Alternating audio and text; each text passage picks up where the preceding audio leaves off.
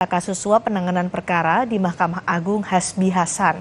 Hasbi yang juga menjabat sebagai sekretaris Mahkamah Agung ini ditahan setelah diperiksa selama 6 jam di KPK.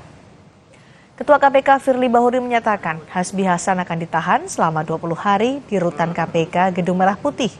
KPK menyebut Hasbi sebagai sekretaris MA punya pengaruh besar.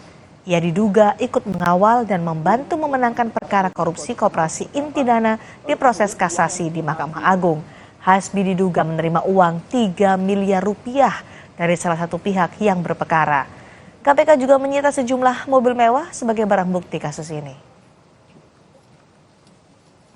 HH sepakat dan menyetujui untuk turut ambil bagian dalam mengawal dan mengurus kasasi perkara HT.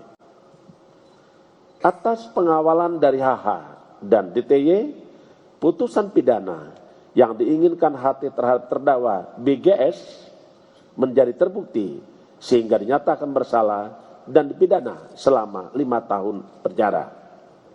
Sekitar periode Maret 2022 sampai dengan September 2022 terjadi transfer uang melalui rekening bank dari HT pada DTY sebanyak 7 kali dengan jumlah sekitar 11,2 miliar rupiah.